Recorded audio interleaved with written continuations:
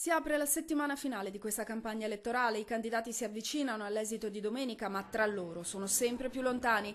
Arriva in Veneto Matteo Salvini, leader leghista, che dopo un giro in una Jesolo assolata viene accolto con un alto tasso di tensione a Mestre.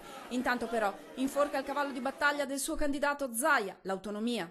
La battaglia che facciamo a Roma è per cercare di tenere in Veneto una parte di quei 20 miliardi di euro che ogni anno partono da Venezia, da Treviso, da Verona, da Vicenza, vanno a Roma e non tornano più. Quindi la battaglia per l'autonomia anche economica e fiscale è una battaglia che la Lega farà fino in fondo. È atteso mercoledì anche Silvio Berlusconi, ancora e sempre faro di quella Forza Italia fedele senza dubbio alcuno nei confronti di Zaia.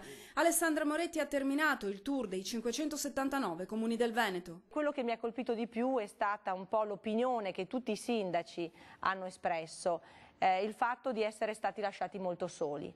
L'ultima settimana è dedicata invece ai capoluoghi, a partire da Verona, con l'abbraccio delle donne di spicco del PD, da Boschi a Serracchiani. Angelino Alfano invece è atteso domani a Treviso per il sostegno pubblico a Flavio Tosi.